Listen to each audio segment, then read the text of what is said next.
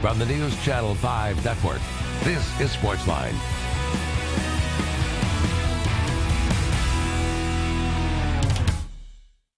All right, welcome to SportsLine, everybody. I want to let everybody know I am not Dr. Sean Pruitt. This is not a continuation of the Pharmacist on Call. We want to thank Dr. Pruitt for having a great show on earlier. I know we kind of look similar, but this is actually SportsLine. But I was talking with Dr. Pruitt just a couple of minutes ago, and we're going to do a special show here coming up. We're going to talk from his level, from the pharmacy aspect of things, and I'll talk to you from the health and fitness aspect of things. So we'll expect a dual show with yours truly and Dr. Pruitt coming up here in the very near future, so we look forward to that. Well, this is SportsLine. Your phone call is welcome. 737-7767 is the number to call. We are scheduled to be joined in just a couple of minutes by Adam Vingan of the Tennessean. We're going to talk some Preds hockey, and then in the next segment, Jimmy Wyatt from TitansOnline.com is going to join us to talk about the Tennessee Titans as they go deep into their off season.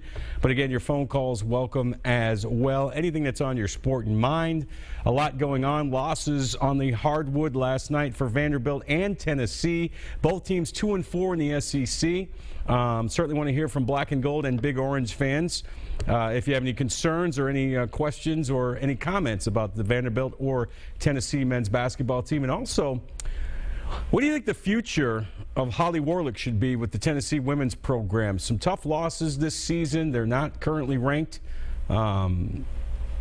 A lot of speculation up in Knoxville about the future of Holly Warlick. Perhaps you have an opinion on that. But as promised, we're going to start the show talking some Predators hockey. We're going to check in with my main man from the Tennessean, Predators beat writer Adam Vingan. Adam, Happy New Year, buddy. I know it's the 18th, but I haven't really seen you since the new year started, so I want to make sure I wish you a Happy New Year, and thanks for being on. Thanks, JP. Anytime. All right, Adam, what is this intent to blow the whistle thing? What in the world was that last night in Vancouver? And for those who may not have seen it, can you explain what happened? Sure. So the play itself, the Predators were pushing for a goal with about 5 minutes left in the first period, and they were digging in the crease, and Derek Grant seemed to push the puck, jam it past Ryan Miller, and the official on the ice signaled that it was a good goal. You could see it if you watched the game. He was behind the net pointing at the inside of the goal to signal that it was a goal. But shortly thereafter, he huddled with the other officials, and it was determined, I don't know how it was determined, and no one really seems to understand the explanation, that the referee behind the net had the intent to blow the whistle on the play, meaning that while he may have lost sight of the puck, he wasn't sure where it was, and while he didn't necessarily blow the whistle, he intended to blow it. And that's what's confusing, is that if he intended to blow the whistle, why did he signal that it was a good goal? Right. And the NHL, plays like that are non-reviewable. So there was no way to reverse that call. It was deemed by the on-ice officials that it was no goal. They did talk to the NHL's replay center in Toronto, which can assist and looking over plays like that, though they can't necessarily change them on the ice. What would they be looking for to replay? Whether or not he was breathing in or out? I mean, I just don't understand intent to blow the whistle. Well, you would think sometimes if the official lost sight of the puck, he would have put his hands up to signal that play had been stopped. It was the fact that he signaled for a goal. Because in the NHL, and just like it is in the NFL, if a play is under review, there has to be enough proof to overturn the call. If it's inconclusive, the original call stands. So the call on the ice was a goal, which means that there had to be sufficient proof for it to be overturned.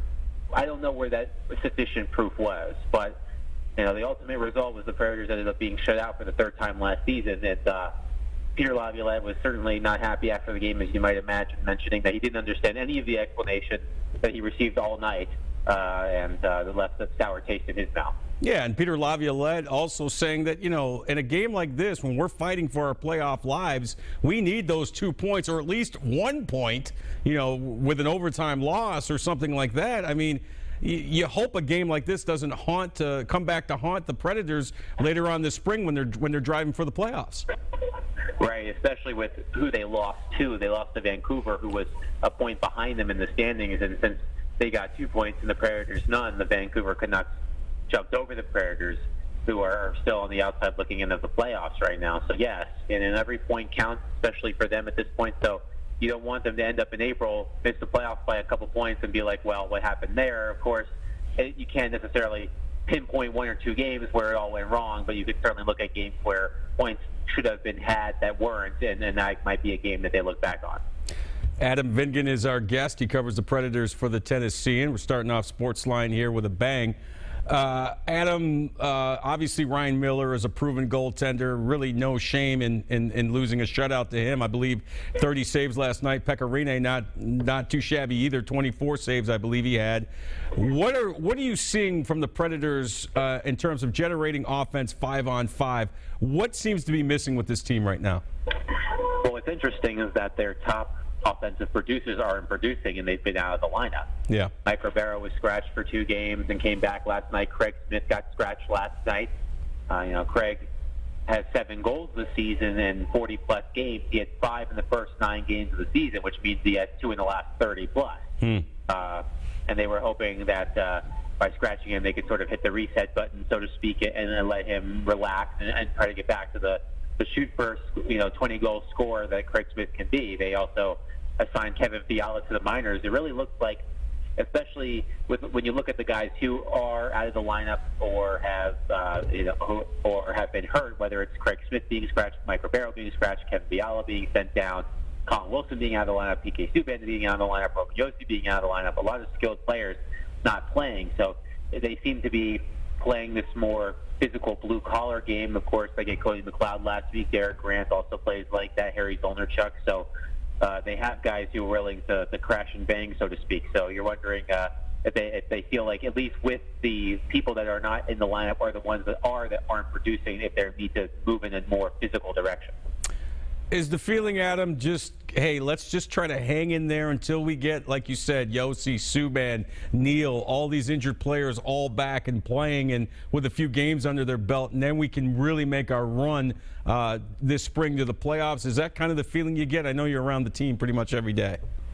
Well, I know that they don't necessarily just want to tread water until that point, but of course, the more points that they can bank in this situation, the better it is when they get those players back who can really take over games. So I think, the fact that they were able to win some gutsy games last week against Vancouver, Bridgestone Arena, against Boston, coming back from 2-0 down to beat Colorado on Saturday, they have the capability with the lineup they have. It's finding those wins and collecting those points so that when those players do come back, it's not a mad rush to the end where they have to collect the 3 points as possible.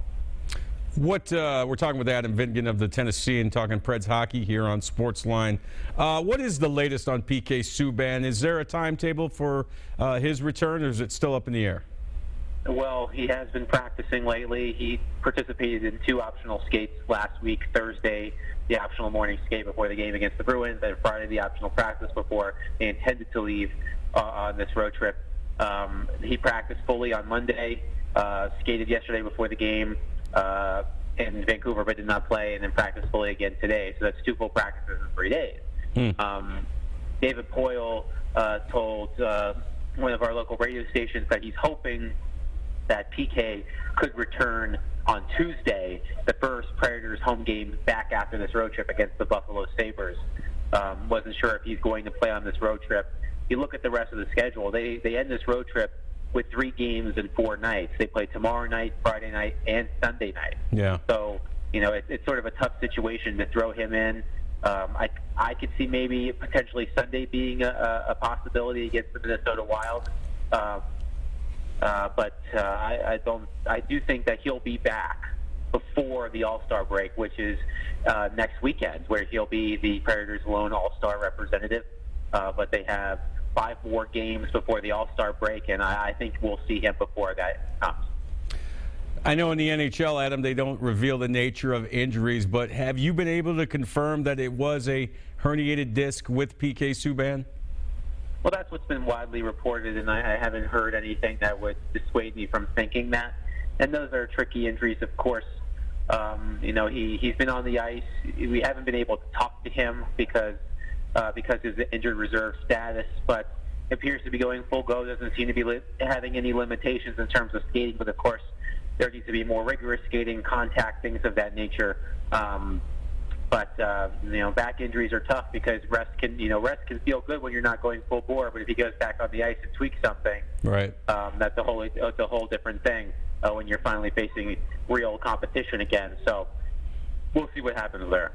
Yeah, and that's got to be tough for the Preds. I mean, Subban's been out of the lineup for a while, and then you get word late last week that Josi's on injured reserve. Pretty much your top two defensemen on the shelf right now. I mean, that's not an easy thing to overcome. No, especially when you look at the depth on their defense without them. Last night their six defensemen were Matt Irwin, Ryan Ellis, Matthias Ekholm, Anthony Boteto, Yannick Weber, and Alex Carrier, who made his NHL debut, which is not a unit that's going to impose fear into other teams like you have when you have Roman Josi and PK Subban in the lineup, two of the most talented offensive defensemen in the NHL. So Roman, I don't believe, is on this road trip. He has to miss at least one more game because of his injured reserve status tomorrow against the Flames, but I don't think I haven't seen him on this trip, so I don't think he's going to play at all in the next 3 games, maybe potentially coming back on Tuesday as well. But they may end up having to finish this trip without their top 2 defensemen. Yeah, you mentioned injured reserve, Adam. We're talking with Adam Vingan of the Tennessean, covers the Preds. Can you explain how different that is from football injured reserve? I know that in the NFL you now have that with intent to return clause now, but most times you hear injured reserve guys out for the season. How does it work in the NHL with the injured reserve list? Well, they have a long-term injured reserve designation where a player's salary cap hit comes off of the books if they feel like a player is going to be out for a significant period of time.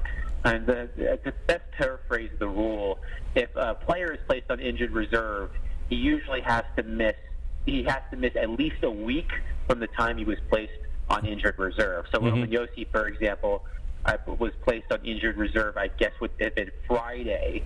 So right. That means, he couldn't return until at least the following Friday, I believe, or potentially the Saturday. So there's a certain threshold they have to miss. It's a week's worth of games. So if the Predators only played, 2 games in a week, he only had to miss 2 games. But because they were playing 3 games, that's why he had to miss 3 games. That's sort of the best way I can describe it. Like PK Subban, for example, has been on injured reserve long enough that when he's ready to come back, he can come back. Gotcha. Colin Wilson, who's on injured reserve right now, has been out on injured reserve. It can be retroactive to the last time a player plays. Colin Wilson is also on injured reserve, can come back at any point now, as soon as he's healthy. So that those restrictions have been passed. So it is sort of complicated, but the point is that in terms of PK Subban, when he's ready to come back, that's it. They can just automatically activate him, and he'll be back on the active roster immediately. Gotcha. This is obviously our first chance to chat, Adam, since the acquisition of Cody McLeod. I would ask you what he brings, but I think we saw it one day after he gets traded from the Colorado Avalanche to the Preds. He plays against his old team, gets in a fight with Jerome McGinley, and really sparked the Preds with their first goal of that game en route to the comeback win. I mean, this guy is a rugged kind of two-way forward that this team could really use, obviously. Yeah, he's a big rig out there. He's a big, thick, physical guy, and the Predators felt like they needed a player like that, not just for that presence, but also that veteran leadership presence. He's 32 years old. He's played almost 700 games in the NHL, all with Colorado before the trade. But Peter Laviolette said it best, I think, after Saturday's game, that what you saw in that game against the Avalanche is sort of the perfect snapshot of who Cody McLeod is. He's a big player. He's very physical. He likes to throw his body. He's a deterrent. He's not afraid to drop the gloves. He crashes the net. He does all that kind of stuff. The Predators have a lot of skilled players, but they don't have a lot of those crash and bang players. So right. They get Cody McLeod in the mix.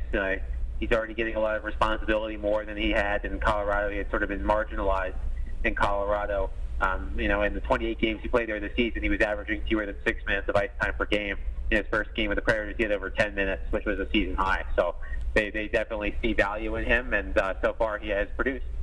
Final question for you, Adam. Obviously, David Poile is a guy you and I both know kind of plays his cards close to the vest. Do you see any more potential moves via trade or any other kind of acquisition for this Preds team going forward? Well, I hate to use the old cliche that general managers like to use, but getting injured players back is akin to getting trade deadline acquisitions. Right. I think they'll just be happy to have PK Subban back and Roman Josi back and Colin Wilson back, and hopefully get their top players, going in the right direction. Philip Forsberg is doing that. Get Craig Smith back in the ring. In terms of scoring goals like he's used to, and Mike Ribeiro and players like that. So, I don't imagine they're going to be making any significant moves.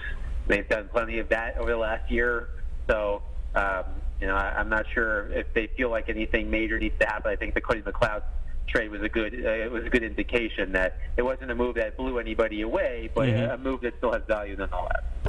Adam, we really appreciate the time and the knowledge. Thanks so much for jumping on tonight. All right, JB, thanks for having me. All right, that's the great Adam Vingan. You can follow him on Twitter at Adam Vingan. You can read his work in the Tennessean as well. Does a great job covering the Nashville Predators. We're going to take a timeout. We come back. We're going to switch gears and talk some Titans football. Our good buddy Jimmy Wyatt of TitansOnline.com will join us, and we'll get to that right after this. Stay with us.